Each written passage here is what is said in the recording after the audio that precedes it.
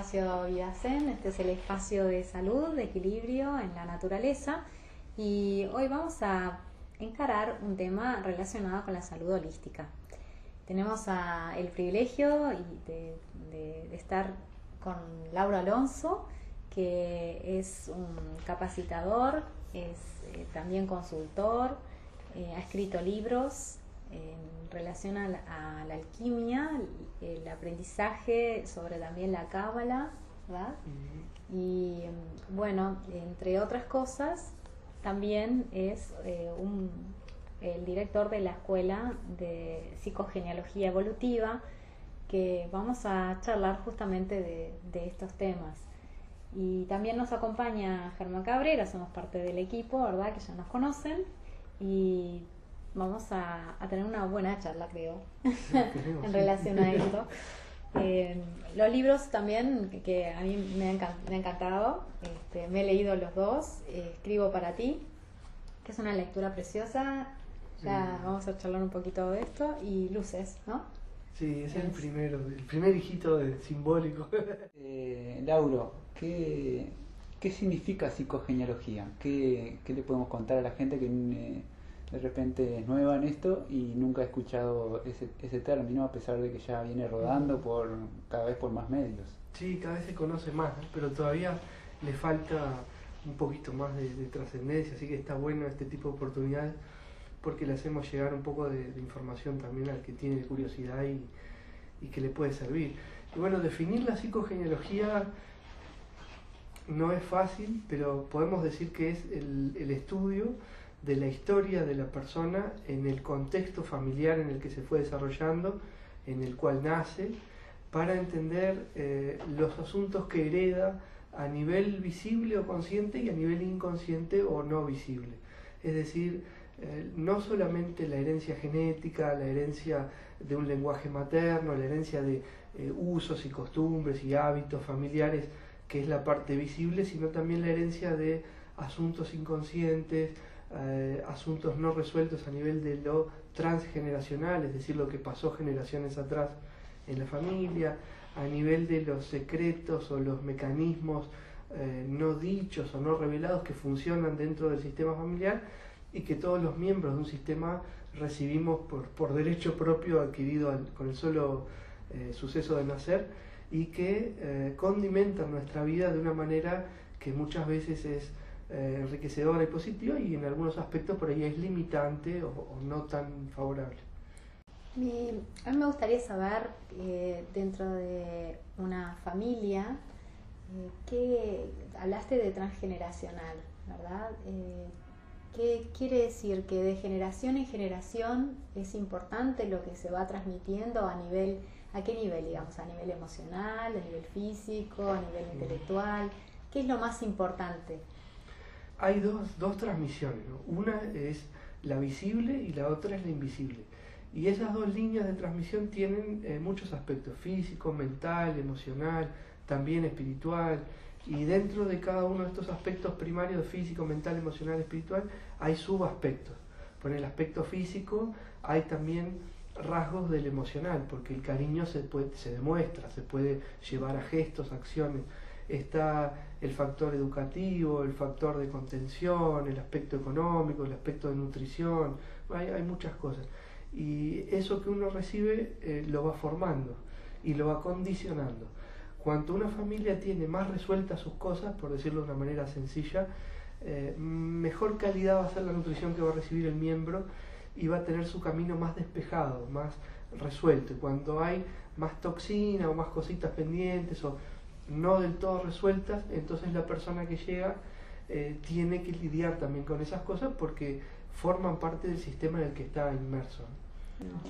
Lauro, contanos o hacenos una pequeña reseña de cómo surge todo esto, de dónde surge, si hay algún fundador, si hay íconos en este camino del descubrimiento de que hay un alma de clan, porque la psicogenealogía en sí nos está nombrando esa alma, ¿no?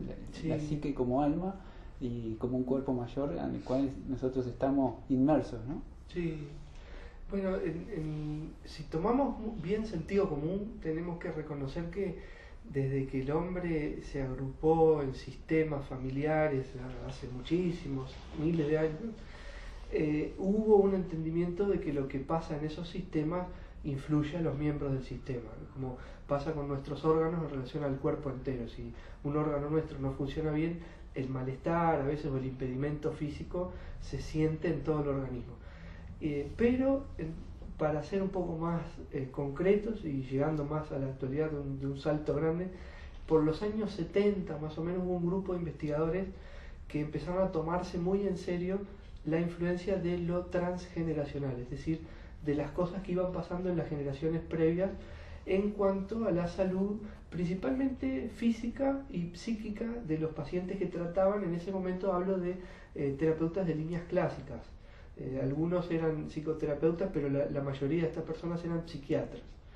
Y entonces en ese grupo hay una persona que se destaca hasta el día de hoy, que es la figura central, se la conoce como la madre de la psicogenealogía, de alguna manera simbólica, que es Anne Anseline Schutzenberger, una señora de origen ruso que se nacionalizó muy temprano en Francia, o sea que se la considera francesa, que armó una serie de postulados o digamos articuló las ideas más importantes de lo que llamaría después psicogenealogía Jodorowsky, y lo hace en una publicación que es su libro más vendido, más importante, más reconocido, que es Ay, mis ancestros. Y con ese nombre uno se hace idea claramente de qué trata, ¿no? Y si bien es un libro ameno, fácil de leer, escrito para todo público, ella no pierde calidad académica y es un material que tiene un fundamento muy sólido. Eso hizo un antes y un después en la materia y le dio un reconocimiento como individualizado respecto a la psiquiatría o mismo, bueno, algunos aspectos de la psicología o de la medicina convencional, y estableció lo que después se empezó a llamar psicogenealogía en sí, que trata de ser como una ciencia independiente que se ocupa en particular de la influencia de nuestros antepasados en nuestra realidad cotidiana.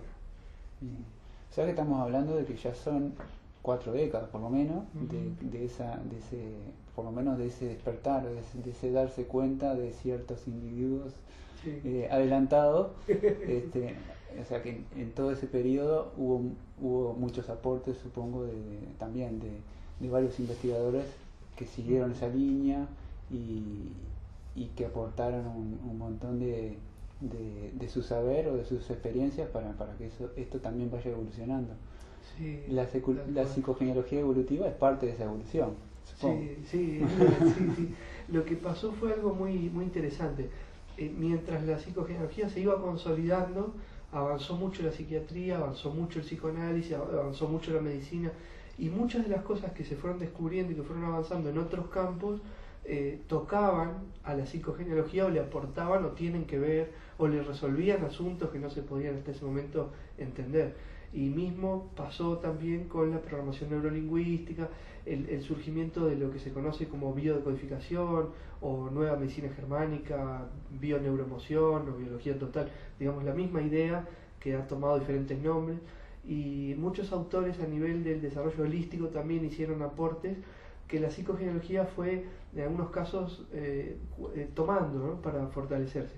Y lo que tú nombrabas de la evolutiva es un intento justamente por coagular las últimas cosas que son útiles o lograr un avance desde un lugar, desde una mirada aún más constructiva, lo más ética posible, o sea, incorporando algunas herramientas que hacen también al desarrollo holístico, y no solamente a resolver un problema de generaciones atrás, sino a ver un futuro más amigable para la persona que se acerca, ¿no? O sea que la psicogenealogía evolutiva es una herramienta que podemos aprovechar, digamos, en la vida desde el punto de vista terapéutico para encontrar soluciones a diferentes ámbitos de diferentes momentos de la vida, digamos, Sí. problemáticas que se vayan presentando, ¿verdad?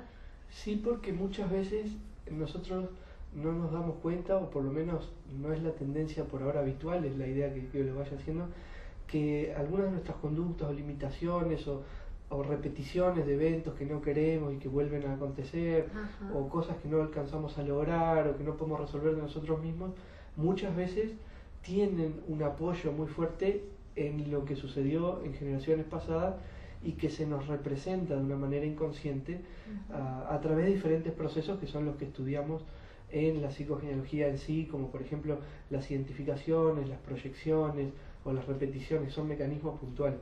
Pero cuando eso sucede, uno lo que vive es un síntoma, vive un límite, vive un condicionamiento y no sabe el origen. La psicogenealogía evolutiva trata de devolvernos la capacidad de darnos cuenta para qué está eso sucediendo y de esa manera podemos elegir si cambiar o no y hacia dónde queremos realmente avanzar con un libre albedrío más real, ¿no? Ajá. Digamos que es parte Pueden tomar. de una herramienta en la cual nos pone en contacto con algo mucho mayor de lo que hasta ahora, digamos, teníamos la oportunidad de experimentar o de comprender o de manejar, y también relacionado por un lado a lo racional y por otro lado más a lo instintivo, emocional, ¿no? A eso, digamos que de alguna manera está configurando nuestra realidad, y que si no la comprendemos no vamos a poder escapar de ciertas, digamos, repeticiones, como decías recién, ¿no? Qué interesante lo que acabas de decir, porque yo creo que en algún momento, así como la humanidad como colectivo partió la unión entre la ciencia y la religión, entonces lo espiritual o lo sensitivo, lo que corresponde al hemisferio derecho del cerebro más bien, y lo más lógico, lo más racional, lo más pensado que corresponde al hemisferio izquierdo, se partieron y se divorciaron la ciencia de la religión, también se divorció eso adentro nuestro. Es como que hubiera quedado la persona simbólica, metafórica, la persona de pensamiento o de imaginación abstracta, la persona más intuitiva, quedó como a un lado de la persona más racional, más lógica, con otro tipo de mentalidad, que ninguna de las dos es mejor o peor, son diferentes, ¿no? Y creo que eso también pasó en la ruptura con el pasado. Hasta hace muy poco, por lo menos yo lo viví, tengo 39 años ahora, lo viví en mi infancia, en el entorno en el que crecí, había como una ruptura con el pasado por cuanto no se veneraba como sí se hace en algunas culturas más orientales o más antiguas, al anciano, a la vejez, al hecho de llegar a una edad con vida y con vitalidad, se lo despreciaba, ¿no? Cuando yo era niño imperó durante un muy buen tiempo como un rechazo a la persona anciana porque comprende menos algunas cosas propias de la modernidad, porque es más lento, porque tiene menos reflejos, como que no sirviera, y como una especie de desprecio o de segregar a aquel que no cumple con la expectativa moderna, instantánea, de esa inmediatez y de la tecnología y de toda esta vorágine. Y esa ruptura, si bien para mucha gente se sentía como algo liberador, de un peso del pasado, es todo lo contrario, porque yo si dinamito mis bases, pierdo mi estabilidad en el presente y la hipoteco hacia el futuro, ¿no? Y recién ahora, y un poco la psicogenealogía hace esto, estamos entendiendo el valor de todo eso y de ponerlo en el lugar que corresponde, que es un lugar de dignidad, de respeto, y es un lugar óptimo porque lo que hace es empoderarnos, es darnos todos esos logros son los que nos trajeron a nosotros acá. Claro. Se podría decir que esas bases que estábamos hablando, ¿no? De las bases son nuestros ancestros. O sea, muchas veces, bueno, cada uno por diferentes situaciones que hay en las familias, y algunas puedan tener dificultades en aceptar a algunos miembros de la familia, digamos.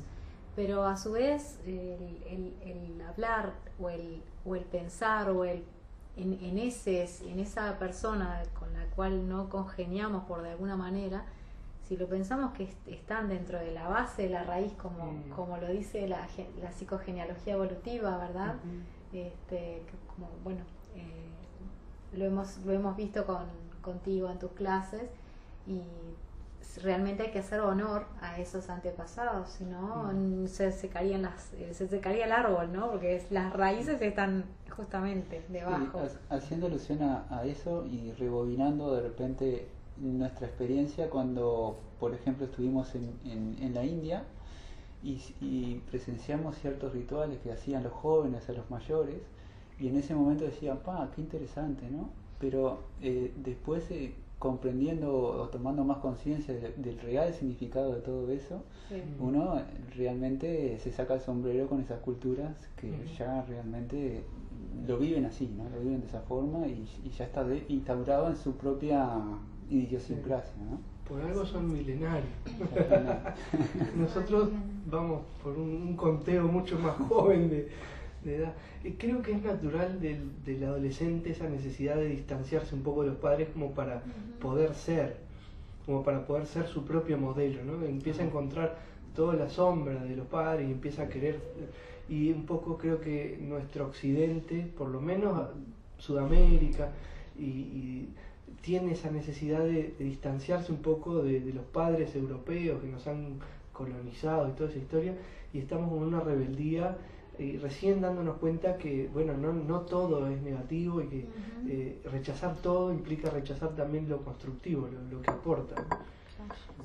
Para mucha gente igual es difícil cuando desde la psicogenealogía les proponemos integrar los ancestros, cuando hay vivencias de mucho dolor o de ciertas cosas que tienen implicancias difíciles, les cuesta entender en qué sentido se les dice que hay que incorporar a todos los ancestros, ¿no? Cuando hay miembros de la familia complicados o han hecho infracciones que son muy duras, pero se trata de entender que no hablamos de un perdón generalizado o de un amor incondicional que es una pretensión muy grande, sino de integrar en el sentido de aceptar que ese miembro existe y es así, bien o mal, es como es. Y a partir de ahí, si yo reconozco esas partes, puedo sanar en mí lo que no quiero que se recupere o que se repita de esa manera. Pero no lo puedo hacer si lo rechazo. Y a ver, entonces hablando de repetición, a saber qué les parece eso de cómo sanar o cómo cortar esas repeticiones, por decirlo de una manera gráfica. Con la conciencia. Porque cuando uno repite la variable importante en la repetición, está muy bueno este concepto que planteas, porque lo importante de la repetición es que uno no lo hace porque quiere, le pasa, de hecho uno cree que le pasa, a veces hasta, bueno, la mayoría de las personas la tendencia es culpar al destino, la suerte, el azar o la casualidad, que ninguna de esas cosas tiene nada que ver, ¿no?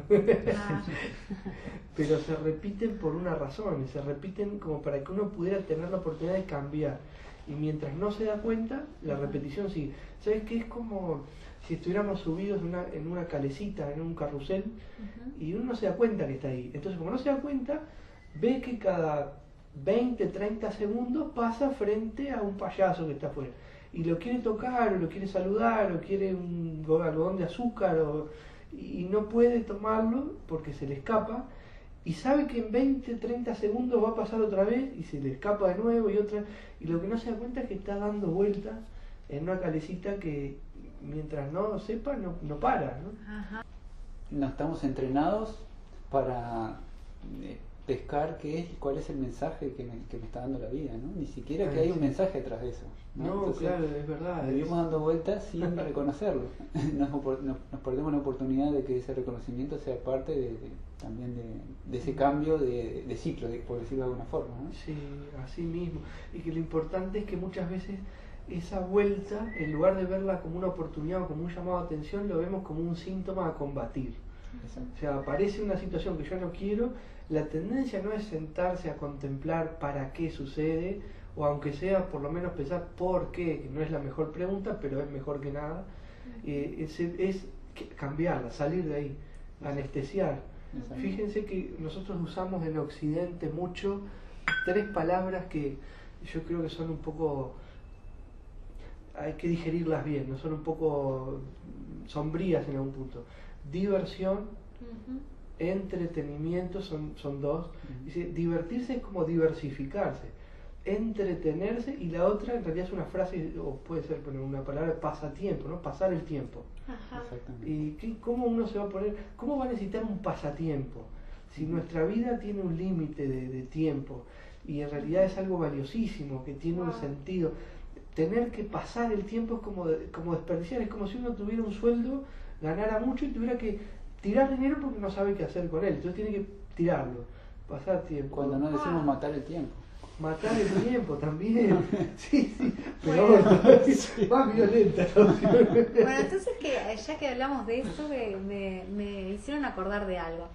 Por ejemplo, ¿qué pasa con esos dichos familiares, ¿no? Que así como estos dichos que son expresiones culturales, que vas de un lugar a otro y decís, ¿qué quiere decir esto? Porque hablamos en el mismo idioma, pero realmente no estamos entendiendo esa frase, porque es una expresión propia de esa cultura, de ese lugar. Pero bueno, ¿qué pasa con esas expresiones que nos acompañan a nivel familiar, a nivel cultural o a nivel de un país a otro? No sé, a ver cómo Cuando son de buena calidad se transforman en refranes, ¿no? Ajá. Y empiezan a pasar de generación en generación y de familia en familia. Y gente que es amigable con esas ideas las adopta y las empieza a reproducir también. Son como subprogramas, son como pedazos de código que casi siempre implica creencias fuertes que tienen un sentido, pero que ese sentido es espacio temporalmente definido y que cuando se empiezan a reproducir fuera del contexto se pierde ese contexto, pero queda el mandato. Ajá. Por ejemplo, el esfuerzo es lo que trae el logro. Es una relatividad, porque primero hay que ver qué es el esfuerzo, segundo si realmente siempre es necesario el esfuerzo. Yo recuerdo esa frase, por ejemplo, en mi infancia estaba presente y de muchas maneras, ¿no? con muchas formas gramaticales, pero era la misma idea. Y por suerte, o mejor dicho, por sincronicidad, la logré comprender conscientemente gracias a una profesora de física en la educación secundaria, porque en determinado momento, en física elemental, súper básico, nada raro, pero en ese momento la profesora estaba hablando del manejo de aparejos potenciales y ahorro de energía gracias a mecanismos y ella decía, realizar el mismo trabajo con menos esfuerzo es algo inteligente, es un ahorro inteligente. Claro. Y yo ahí me acordaba de esa frase, de que todo se consigue con esfuerzo, que lo que no se gana con esfuerzo no vale, y ahí pude darme cuenta de la falsedad, porque ahí me di cuenta del enfoque. Pero cuando revisaba el enfoque, para las personas que decían esa frase, en su momento tenía un sentido, porque era contra la vagancia, contra el exceso de ocio, contra la falta de empeño. Tenía un sentido, ellos en su momento, pero fuera de contexto era tóxico, porque fuera de contexto era sentir que si uno lograba algo por buena sintonía con las circunstancias, eso no estaba bien. Y la mayoría de esas frases tienen una parte muy sombría porque tienen el miedo de que pase algo o de que no pase algo de la persona que lo inventó. No te acerques al fuego que quema. Claro, pero entonces nunca vas a cocinar nada a leña, ¿no? Nunca vas a disfrutar de una estufa a leña, de un té frente a una estufa a leña, de una fogata. Claro, el fuego pudo haber quemado a alguien. Lo correcto quizá hubiera sido decir, cuando manejes fuego, mantén la atención vigilante, pero la frase se transformó en el fuego quema, el fuego siempre quema, y entonces queda un mandato inconsciente que puede generar en algún caso hasta una cuestión mucho más fóbica, ¿no? Claro. Bien.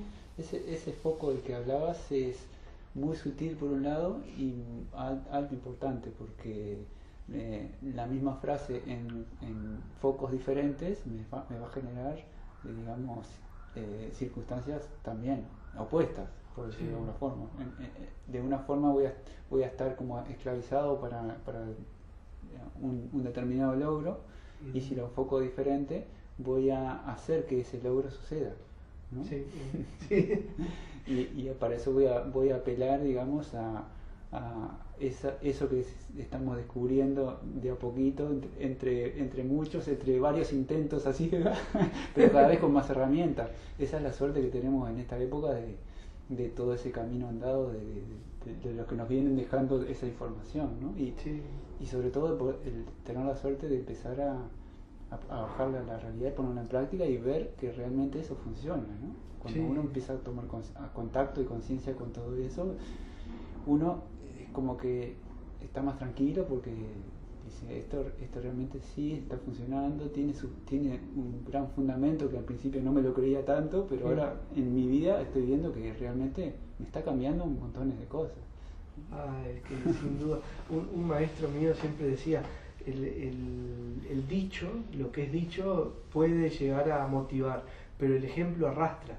Porque cuando uno vive en carne propia el resultado, es donde se define realmente si los votos son a favor o no en algo, ¿no? Y se vuelve muy contagioso. Creo que es lo que nos pasa a todos en algunos momentos de la vida con ciertas disciplinas o creencias. Cuando tomamos contacto con algún asunto de eso a nivel vivencial, es donde se realmente acopla a nuestra conciencia. Perfecto. Entonces, a través de la psicogenealogía evolutiva podemos ir descubriendo todos esos mandatos, esos refranes. Háblanos entonces, ¿qué pasa con los mandatos familiares? ¿Cómo se plasma dentro de la genealogía?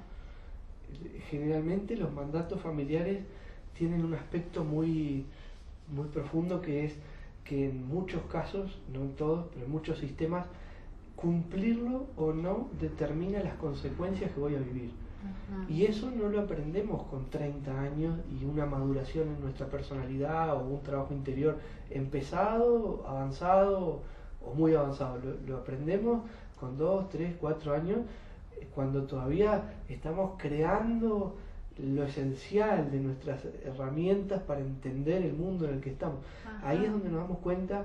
Lo voy a decir de una manera muy, muy simple, que espero no hacer abuso de eso, pero viendo qué agrada a mamá, qué agrada a papá, qué agrada a los abuelos, a las personas que ocupan esos roles, ¿no? Cuando hacemos algo y nos aplauden, nos acarician, sonríen, nos festejan, nos dan una golosina o nos celebran.